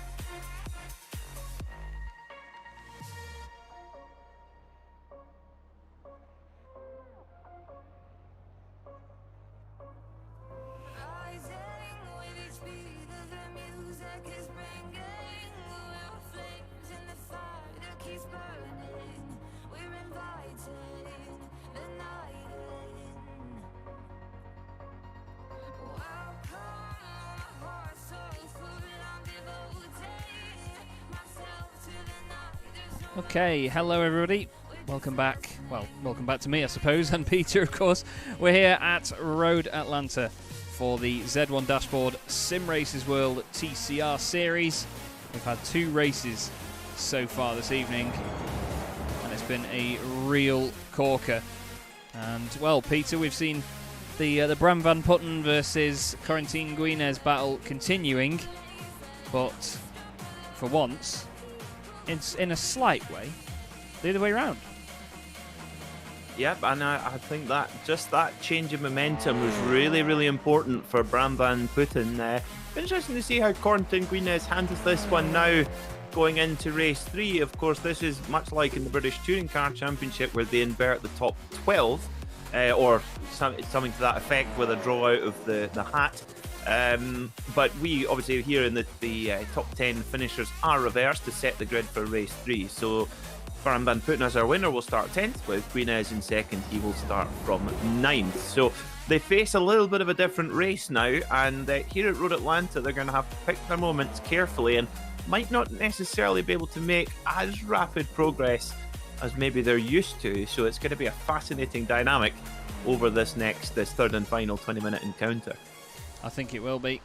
We should have a lot of fun with it. And to be honest, we do keep saying it, don't we, that these drivers really need to show the ability to climb back up the order when they've been given drivers ahead of them. Because, I mean, we do similar in a series that I run where the drivers, when they qualify, we reverse the top 10 for the first race. And from then on, they then have to work on, as we said before, you know, they have to work on their evening. They have to sort of pick their way through the first race and just make sure that they put themselves in a good position for the last one. But here, you get sort of the opposite, don't you? You could have a really good first 2 races, but it doesn't really improve anything for the last one. It's a bit of a strange scenario to be in sometimes. Yeah, it is, and that's what this touring car racing is all about. It's a lot of it's in the head. It's the actual cars themselves are relatively simple. You know, there's not a great deal to change on them. You can make little adjustments here and there, but it's more just about your racecraft and the way that you approach it as well. Just looking in the chat here, Chaz, and unfortunately Taylor Lane has had to step out of the race. Unfortunately, some bad news regarding a family member. So we wish Taylor and the whole Lane family the very best from all here at Simracersworld, and hope it's nothing too serious. Yeah, we do indeed. We do hope you're okay, buddy. He's a good friend of mine as well, is Taylor, and a good friend of Simracersworld TV. He's raced in a couple of our leagues before, and we do hope that everything is all right, mate. So, here we go then for another grid, Peter, and it's come around very, very quickly, this one, hasn't it? The final race of the night is right before us, and to be honest, we've barely got any time to go over it. Kiani Bourguignon ahead of Chris Wood, Nicodem Vijbicki, Naveed Hussein, Gregory Franks, Mats Borg Anderson, Damien Harris, Fraser Smith, Corentin Guinez, and Bram Van Putten is your top 10. You can see the rest of them on the left-hand side. Gulbranson in 14th is trying to go for a complete sweep of the Academy class tonight. But round 9 of the championship from Road Atlanta is away. You can see the cars hop off the line, front-wheel drive, pulling them very, very clear of their starting positions. And it looks like that... Oh, we've got a car around in the background. Who is that? Is that not Michael Blake? It is Michael Blake. Michael's having to get going again. That's an absolute nightmare for him and his championship. We've had a bit of contact midway around turn 1 by the sounds of it. Cars around at the back. Scotty Angelo, Neil Stevenson, Miguel Freitas, the cursed number 1 car. Oh, he's had an absolute nightmare, hasn't he, mate? Oh, I swear that number 1 plate has magnets in it to the wall. It's not good at all. It's been not a good day for Miguel Freitas, the defending champion. And yeah, Road Atlanta bitten hard. He just wasn't expecting the guys to check up in front of him, and he takes out 2 Simtech racing cars. Neil Stevenson involved in that one, Scotty Angelo the other one, but it's his teammate Chris Wood that's leading this race at the moment, with newcomer to the series Nicodem Vijbicki in 2nd. He's absolutely loving this, I bet. Yeah, and he's on the move, isn't he? He's really made a strong start, has Vijbicki, so he's going to try and get to the front here, but he does have Bourguignon right in the draft here as they head down side by side drafting one another down towards turn 10A and B. who's going to be later on the brakes. Oh, look at Wood. He's going to try. Oh, but Wisbecki hangs it around the outside. Very clever and gets the switch back. Oh, no. Oh, contact. Oh, dear. Oh, that wasn't cricket. Oh, my word. That was scary stuff. Guinez has gained 4 places, by the way, and already got up to 5th place on lap 1. So he's gone past Bram van Putten, Damien Harris, Mats Borg Anderson and Fraser Smith, the 4 guys that we thought would stick with him over the course of this season and over the course of this race evening. And now they're having to try and play catch-up. Scott Malcolm's playing catch-up with the lawnmowers at the moment. He just runs wide as they go up the hill. It's not been a good night for the Smile Times Immortal cars for Team Mad. That's Michael Blake and Scott Malcolm, the 2 teammates. Michael Blake in chat saying that's his 3 drop scores sorted as of this evening, which is a shame. We get drop scores after this race meeting as well, Peter, so that should really shake up the championship, shouldn't it? Yeah, will do. Big time. That's for sure. The drivers who've been consistent, they really will be able to... You don't really want to use that drop score up early if you can. You want, because then if you know you've got it in your back pocket, later on in the championship, you can really start taking a few more bigger risks and therefore possibly reap the rewards. As we see Martin Woodhouse now, he's in 12th position also for Team Mad. Good representation from Team Mads here in the championship, which is nice to see. As we look at Naveed Hussain in the dodgy shirt car. Oh, it's Guinez. Well, he didn't want to look at it any longer. He's like, well, I won't do the accent, but he's like, that is a horrible looking shirt. Lovely race car, horrible for a shirt. Sacre Blur is probably saying as he went past. Oh, Chris Wood. And, oh, look at that as well in the background. He's on the ground. Van Putten and Fraser Smith, he's trying to find any way he can. He's putting himself on the grass to try and get past Fraser Smith, and that is what you call full send. Fraser now back down the inside. That's not helpful, though. Oh, a little bit of netcode between the 2 of them. Gets sideways, does Bram. And now Fraser sticks behind Chris Wood and Wisbecki side by side down the S's. Oh, netcode there as well. Chris is out of shape. Corentin Guinez is going to try and capitalise. Bram van Putten and Fraser Smith make contact. Wood's on the inside and into the back of him goes Corentin Guinez. Yeah, he has got big damage to the front. Look at that behind as well. Fraser Smith involved in this. Nearly 3 wide there as Damien Harris has gone through. Bram van Putten side by side with Mats Borg Anderson. Fraser gets a bit of a tap from Borg Anderson as well. Mark Woodhouse is behind them in that as well. Around the outside, it looks like Anton Dupin's had a nightmare. Something. Although, actually, sorry, it was, yeah.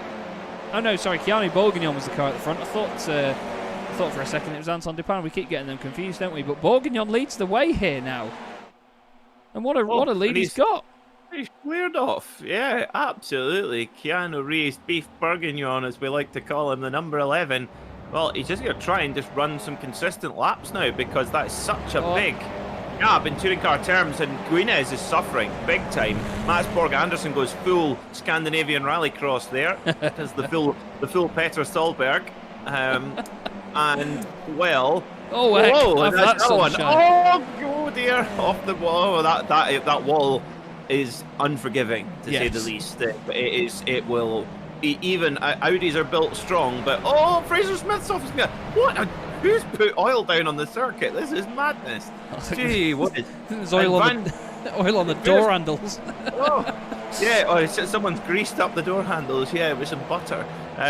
But Van Putten now is up to 6th. He was in 10th just a blink ago, and Guinez is in 7th and is carrying big damage. So Van Putten has got an opportunity here to really twist the knife in on his championship rival.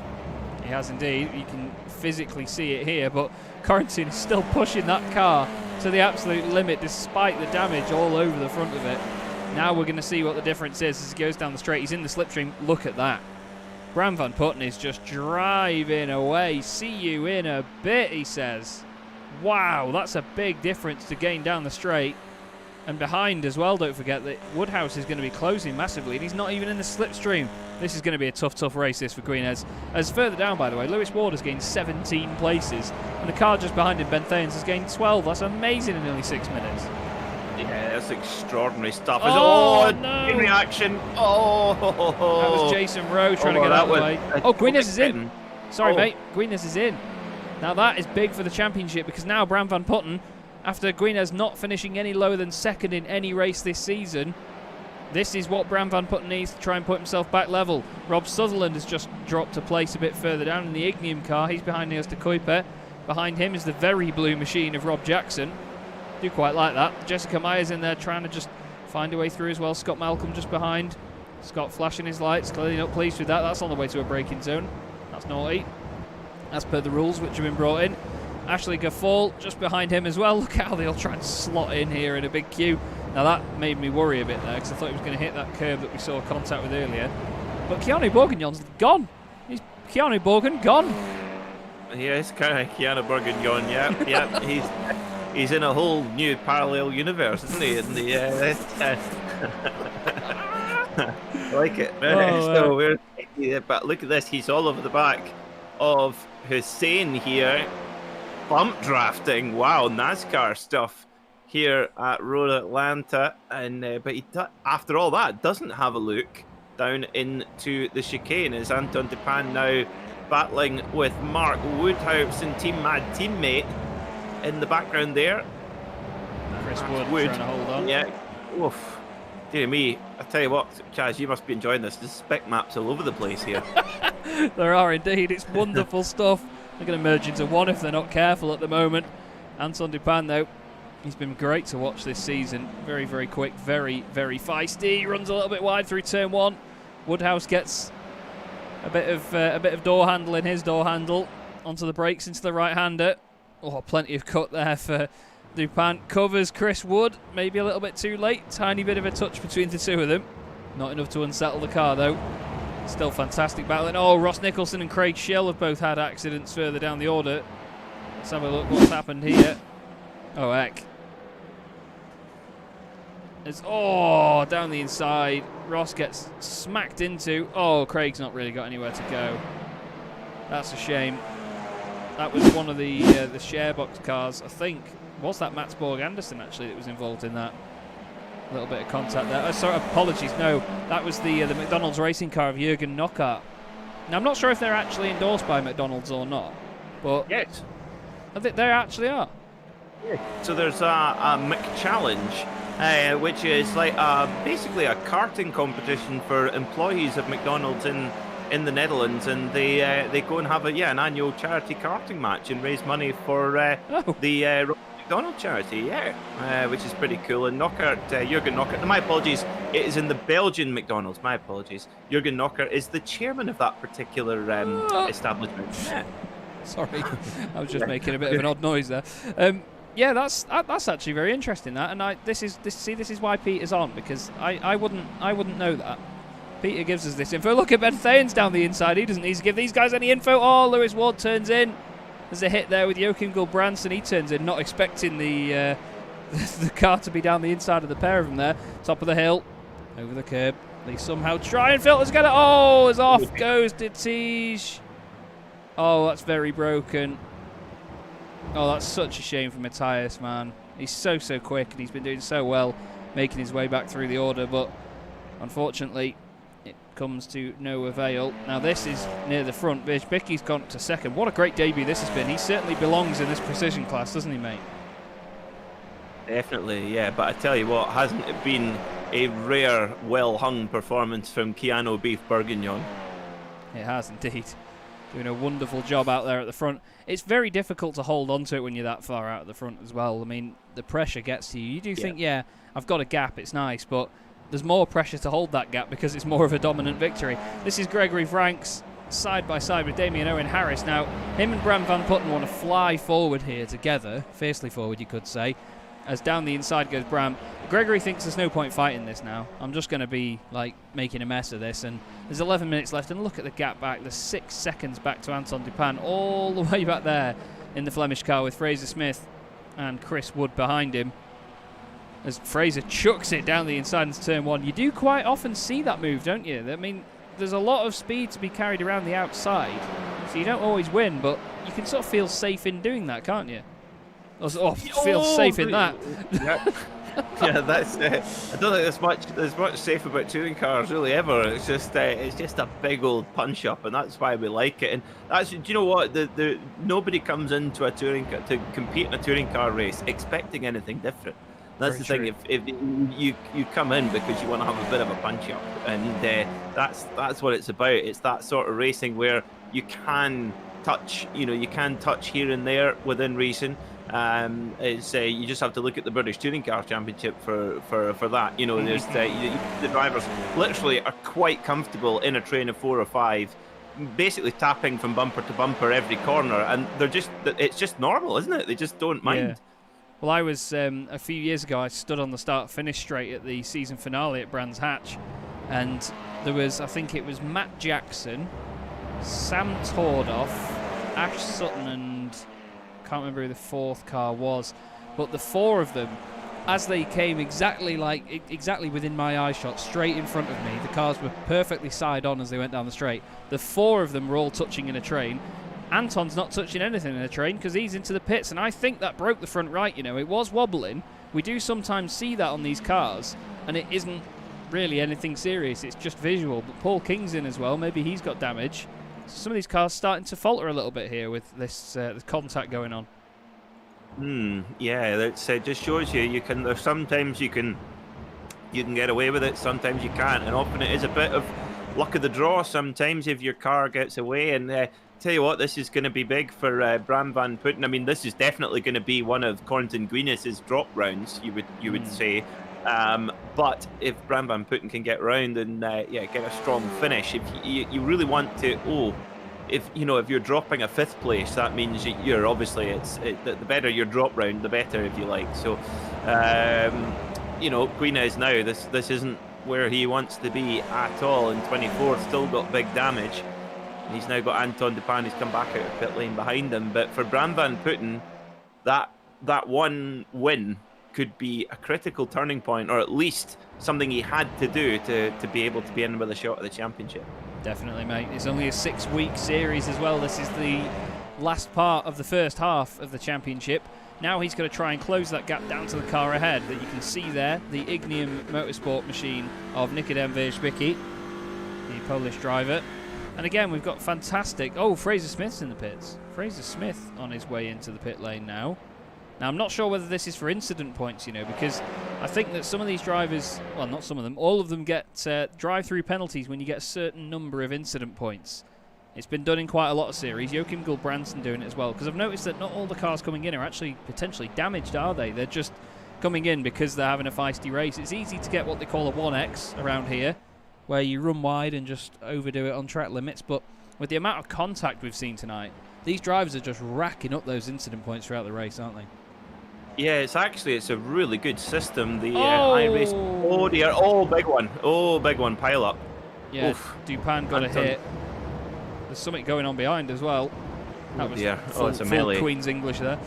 But there was a real moment for Anton Dupin. Let me just try and find that, because it was just after Fraser Smith had come out of the pits, actually. So Jürgen Knockaert comes out of the pits. Anton Dupin was in this as well. Oh, he slows down. Corentin Guinez goes in. Oh, it's not even contact, really.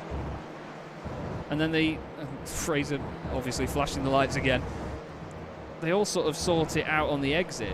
I think it was just because of the checkup, I just don't think some of the guys in the middle expected that there.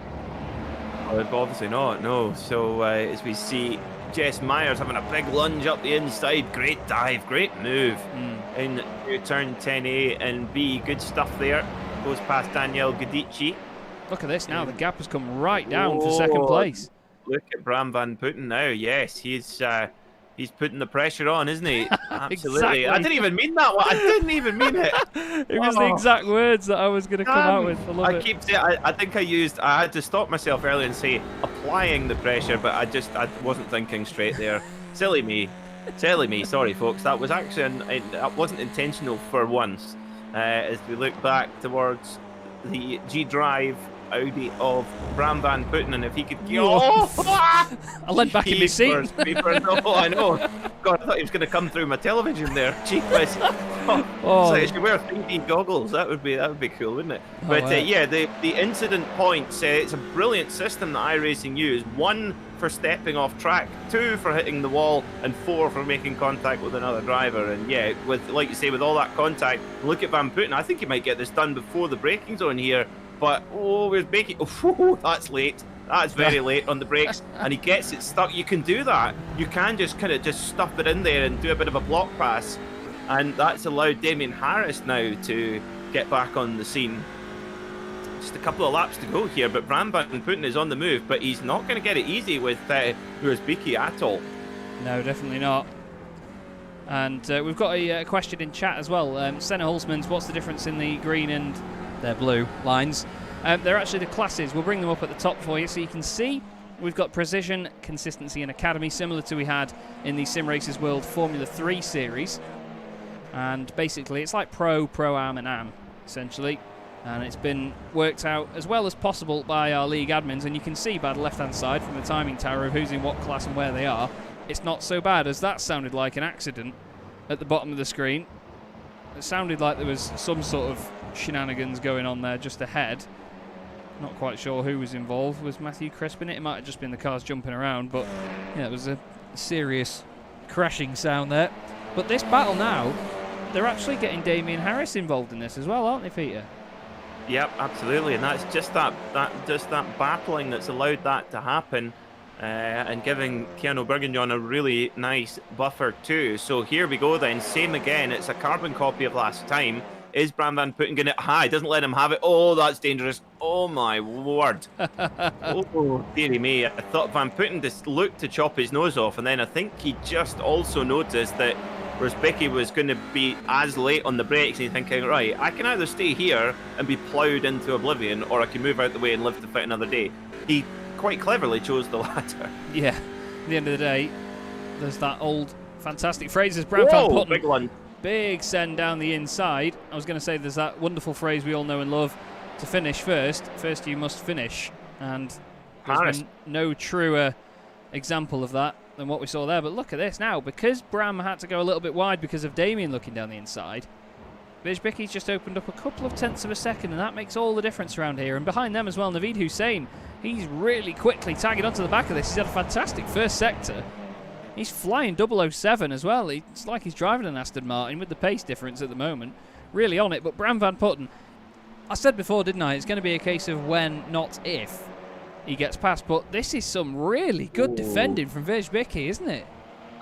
Yeah, that's interesting. Where Vicky put the defensive move there coming out of turn 7, and I think that could really cost him dearly, because that's allowed Van Putten to get alongside and get a run a lot earlier on. Side drafting we go. Look at Harris. He's got into the back of the draft of Van Putten now, but we know how good Rosbicki is on the brakes. Let's have a look then. Rosbicki in the white car, the G-Drive machine. Oh, Van Putten goes up the banging doors. Runs about onto the curb, just about. That's not cricket, but oh, dearie me, that's touring car racing. Love it. That was fantastic stuff, door to door, and they're still both on the circuit now. Bijbicki's surely going to chuck it up the inside here into turn 1. Is he not? He looks a little bit, but no. Keeps it calm. Maybe he's just trying to get into Bram's head now. He's making Bram have this false sense of security. Oh, he's not going to send it on me. We're on the final lap, though, and this is going to be his last chance. Every single corner they go through now is the last time that he'll get a chance to make a move. And you've got to think that the end of that straight will be the one that he tries to take. None of them hit the death curb of invisibility as they go down the S's up over the top of the hill. Keanu Bourguignon is way gone ahead of this incredible battle, as this is what's going on behind, though, for 2nd, 3rd, 4th, 5th and 6th. And Bram Van Putten is really in need of these points. We've got Rob Jackson having a moment further down. Corentin Guinness is 25th in this race at the moment. It's not going to be enough. Now, let's have a look back. What can Bijbicki do? Not a lot by the look of it, Peter. Well, yeah, absolutely. And Bijbicki's got to worry about Damien Harris behind him. Look at that. I think Van Putten might have enough of this. However, let's see if there's going to be a big lunge. Oh, there was a part of a lunge there. Here he goes, our winner then. Keanu Bourguignon takes the win for Flemish Simsports. Vijbicky's had an issue and he's actually dropped all those places. Bram van Putten's finished second. Damien Harris gets a podium. Vranks is fourth. Hussein is fifth. And sixth place is Vijbicky. Well, he wouldn't have expected that. Chris Wood crosses the line just behind Thanes. Lewis Ward's going to win consistency class. Fantastic stuff from him. For anyone just watching, Vijbicky is not in that class. He's actually going to be in precision. And Rob Sutherland wins the Academy class ahead of Daniele Giudici, and Rob Jackson is going to be third in that class with Jürgen Knockhart in 19th overall, fourth in class. Gulbranson, unfortunately, is going to be 28th and not classified there. Corentin Guinez, wow, he's going to rue this one, isn't he, mate? That was not the race he wanted, and he's had to battle with Anton Dupin near the end as well, who is very, very quick indeed. 25th and 26th. Not what we would have expected. Nope, just got caught up in that little bit of an incident in that first lap, and it proved critical, and Bram van Putten's taken a big lump of points back. However, we must remember the drop score. Corentin Guinez, I'm sure that will be one of them, but you don't want to use them up too quickly. Who knows what could happen in the last stages of the championship. And of course, we've got 3 rounds, 9 races left, so there is a whole bunch of racing to go. There is indeed. That was absolutely excellent stuff to watch. Really enjoyed that one. And for the final time tonight, we have results for you then. Keanu Bourguignon takes the race win ahead of Bram van Putten with Damien Owen Harris in third. Then it's Gregory Vranks fourth, Naveed Hussein in fifth with Nikodem Vijbicky in sixth. Matthew Crisp was seventh with Chris Wood in 8th. Ben Thanes was 9th. Lewis Ward rounds out your top 10 and wins the consistency class. He was ahead of Bram class with Jason Rowe in 12th. That's a good finish for Jason there. Car 12, P12. He'll be happy with that one. Niels Mansanden, good stuff from him as well. With Jessica Myers eventually coming back up to 14th place. That's an incredible drive, to be fair. 16 places gained. We had Lewis Ward 27 positions gained and Ben Thanes apparently 24. That's just bonkers. Absolutely bonkers stuff. I didn't really notice that over the course of the race, in all honesty. There's a crash in the pit lane. Love it. So, Rob Sutherland 15th, wins Academy class ahead of Daniele Giudici. Scott Malcolm 17th and Rob Jackson 18th. Then it's Jürgen Knockhart and Mats Borg Anderson. Then it's Matthias de Tige and Paul King. Scotty Angelo 23rd. Fraser Smith 24th with Anton Dupin and Corentin Guinez just behind. Ashley Gaffal 27th and Joachim Gulbranson a minute down in 28th. Then it's Niles de Kuiper, and he was the last car on the lead lap, because then it was Mark Woodhouse, Craig Schill, Ryan Walker, Ross Nicholson, Neil Stevenson, Miguel Freitas, Michael Blake and Taylor Lane, all having issues at the very start of the race. But to be honest, Peter, it was another night of racing where we just didn't know where to look, mate. That was just mad, wasn't it? Oh, it was fantastic stuff there. Great battling with Bram van Putten and the guys there going into the last chicane. That's Road Atlanta at its best, and I'm sure the drivers had a lot of fun around this amazing circuit as well tonight. And Corentin Guinez, well, he'll be it looked to be all going to plan after race 1, but just missing out in race 2 to Van Putten, and that really turned the plates around, and we'll see what happens next week. I feel Van Putten will be full of confidence going into that one. I reckon they will be.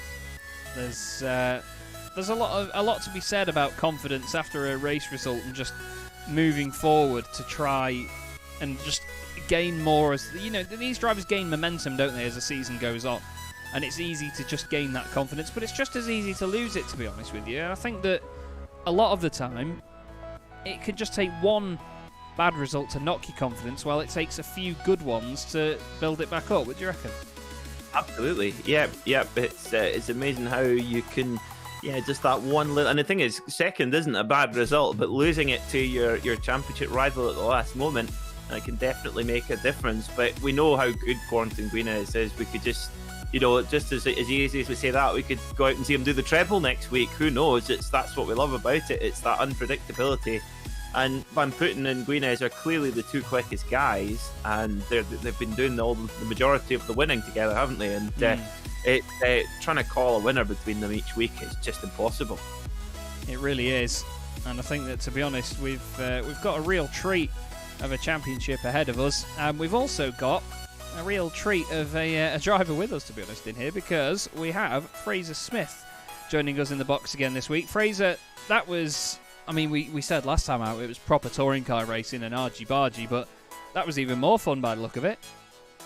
It was, until race 3. Yeah, but hey, never mind. Well, that's just part of it, isn't it? You know, you take with the rough with the smooth. Is that the phrase, Peter? I'm not 100% sure on that one. But you know, with motorsport, you know how quickly it can go one way then the other.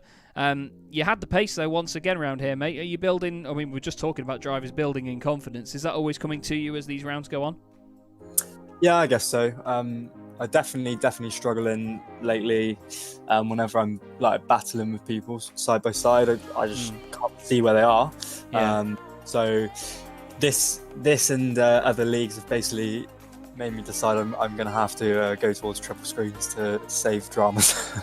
Yeah, I definitely recommend it. I mean, So, I always sort of knock triples of saying, there's no point, you know, it's just extra peripheral that you're not going to use. But just that's the thing, you don't look directly at the triples a lot of the time because of the angle of them, it's moving past that quickly. It doesn't look very nice and it can be a bit disorientating. But if you can see it out the corner of your eye and you know they're there, then it makes a difference. And to be fair, I do now totally recommend it. Yeah. What's been the main thing that you've enjoyed about this championship so far, though? Because I mean, a lot of the drivers, from what we've seen in the Discord chat after race meetings, they've just been saying that how closely packed the field is. It's just been insane. But what have you enjoyed most? Absolutely. Also, and I found this last season as well, there's a lot of, it might sound crazy, but there's a lot of respect between people in general, which can't always be the case everywhere. And I also really like the format as well, the like British touring cars style.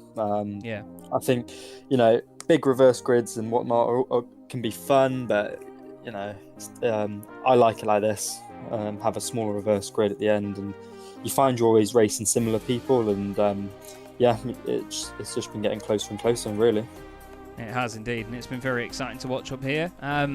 We've got, obviously, another week ahead of us when we then head to Imola. Now, chicanes and curbs are plenty at Imola. What's your thoughts about going there?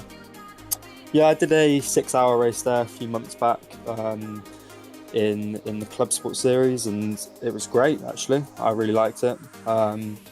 Obviously, it's a bit different to the sort of racing we'll be doing, but, you know, it's one of my favourite tracks, I would say. So I'm looking forward to that. Smashing. Well, good to speak to you as always, Fraser. Before we let you go, do you want to give a quick thanks to anybody? Yeah, yourselves, all the admins of the league, and just everyone at Full Sem Racing for all the support always. Smashing stuff. Great to speak to you, mate. We'll see you next time round. Cheers. See ya. Cheers. And straight off the bat of speaking to Fraser is actually we get to chat to somebody who I've wanted to speak to since the season began, and that is Damien Owen Harris in the Fiercely Forward machine. Now, Damien, this is my first experience seeing you race, and well, you've got some pace, mate, but the battles out there are very fierce, aren't they? Oh, tell me about it. You know what? Any of the first sort of 12 guys in a race are easily capable of winning. And it's so tight. I mean, across the field, I mean, there's less than a second gap between the front 20, and it's, you know, it makes for good racing as well, especially in that reverse grid. Yeah, I keeping with the leaders. I mean, Bram and Corrington are very, very fast. I mean, it's very tough to keep with them. If I can, I tend to get a good result. But Fraser had a good pace as well today. But yeah, just happy to get consistently good results, and yeah, see how we can do on the end of the season. Well, to be honest, in that first race, you know, you were always there waiting to pick up the pieces. It nearly happened for you as well in the chicane when there was that little bit of contact. You just took the advantage straight away. Yeah. In a race like this, or a series like this, where you say obviously those two drivers are identified as being so quick, is that the main chance that you stand there, or do you think that the pace will come to you eventually? I don't think it's beneficial to try and overtake the front two when they're fighting like that. I mean, I might as well wait till the last lap, put a gap on the field, and see where we are on the last lap with no incident points, because I can quite comfortably sit on their tail, and you know, it's just whether I've got the pace come the end to actually get past. I mean, that's the thing. I mean, with Corrington or Bram, they're out front, they've got no toe, so they're doing it. That pace is genuine, you know. So whether I can do that, you know, who knows? But it's nice just to sit there and pick up anything or make an attack on the last lap if I need to. Yeah, definitely, and I agree with your mentality on that, of the fact that there's no point fighting all that time. You may as well get yourselves as a bunch in a comfortable position and then just see what you can do at the end. And to be honest, I think some drivers could learn from that, others probably won't, but you never know. But it's been enjoyable to watch so far, though. I mean, I've just asked Fraser as well. We go to Imola next week, and that's always a difficult circuit. What do you make of that? That's my favourite out of the 6, and I'll be definitely wanting to push Corrington for pole there, because that's probably my favourite track out of the 6 tracks we do. So we're having a good result. I mean, I've been fairly consistent so far. I mean, so if I get one bad round, it's not the end of the world, but you know, Imola is very, very good track for me, so I'm hoping I can go well there, to be fair. Well, we look forward to watching you, mate. Anybody you want to give a quick shout out to before you go? Yeah, my team, Fiercely Forward, Ollie and the guys, they do a great job, you know, keeping us focused and stuff. Matt, Chris, my teammate, and the other Fiercely Forward guys, they're doing a great job. Just want to apologise to Naveed for one of the moves I made on him. Quite a harsh move. Just a slow right-hander. Fair but very harsh. But yeah, great racing, guys, and keep up the good work. And I'm just happy to be here, to be honest. It's been great racing so far. It's been great to watch, Damien. Thanks for joining us. We'll speak to you in Thanks very much. Thanks for your time. Cheers. Take care. Smashing bloke, another brilliant character there in this championship, Peter. And I mean, we say it every time, but genuinely, there are so many fantastic people in these series, aren't there?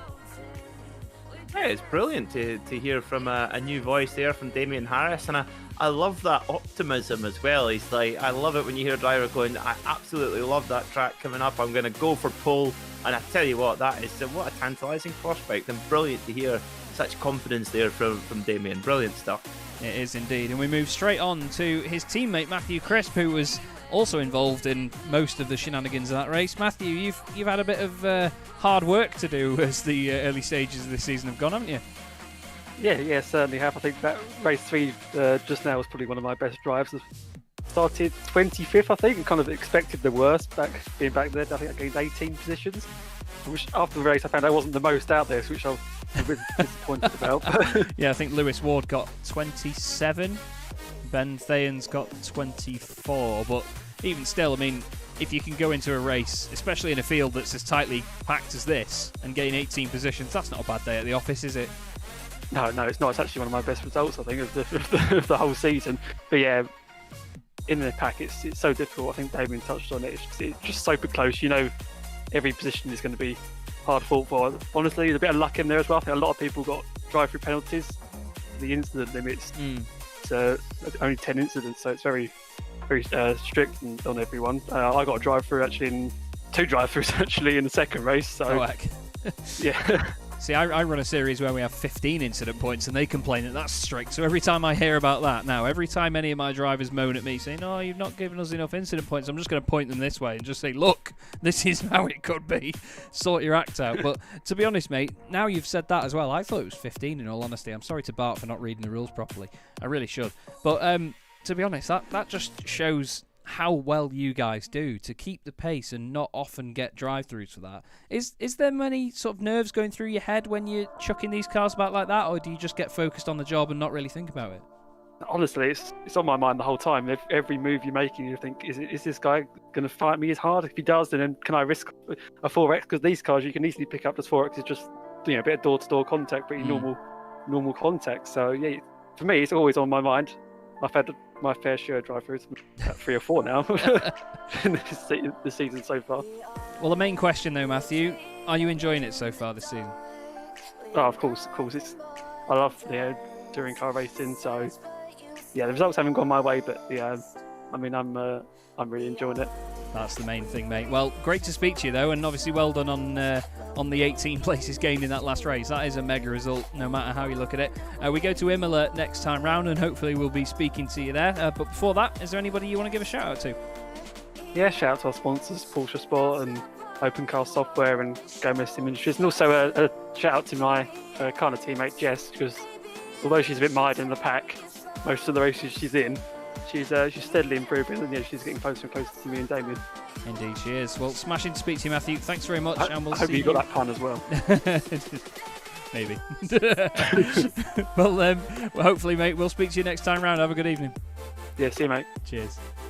Well, there we go then, Peter. Another amazing race meeting done here in the Simracers World TCR Winter Series, the Z1 Dashboard TCR Winter Series, and don't you worry guys, I will find a way of making that logo stay up there. But we've been treated again, Peter. You knew this one was going to be a gem, and the racing was insane. Oh, it was just fantastic, and that's why we love touring car racing. And it's great that we're gonna have this series, and I believe we're gonna be able to have some more of it into 2021 as well here on Simracersworld TV, which is a joy. So yeah, brilliant stuff from all the guys, and you got to say well done to Bram Van Putten for really establishing himself as a proper championship contender, getting that win in the bag and turning the tables a little bit. And it's going to be fascinating to watch the last 9 races. It will indeed, and that is the halfway point of the season then. So 9 races left to go, 3 more weeks of this championship. My name's Chaz Draycott. I've been working with the wonderful Peter MacKay this evening, and this has been the Z1 Dashboard Simracersworld TCR Winter Series from Road Atlanta. We will see you in a week's time when we head to Imola. Have yourselves a fantastic evening. We'll see you there.